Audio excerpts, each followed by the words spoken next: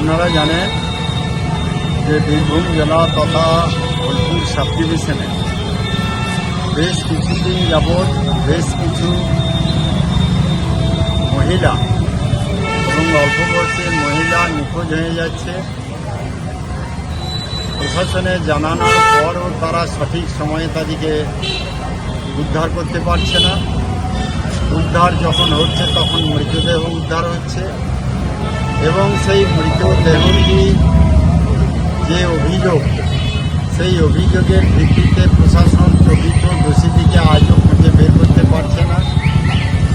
আমাদের আজকে এই মোমবাতি মিছিলের মাধ্যমে আমরা প্রতিবাদ জানাচ্ছি যে আজকে কালা পাপুরির যে মেয়েটি মৃতদেহ উদ্ধার হলো এবং ডিএনএ টেস্টের পর সেটা বলা হলো ওই মেয়েটারই এটা দেহ, কিন্তু আজও পর্যন্ত একজনকে গ্রেপ্তার করা হলো না, একজনকে চিহ্নিতকরণ করা হলো না।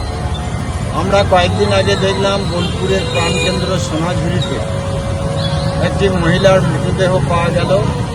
সেই মহিলার আজ পর্যন্ত সাধারণ জনগণ জানতে পারল না যে ওই মহিলা কে, কোথা থেকে এসছে, কীভাবে তার মৃত্যু হলো।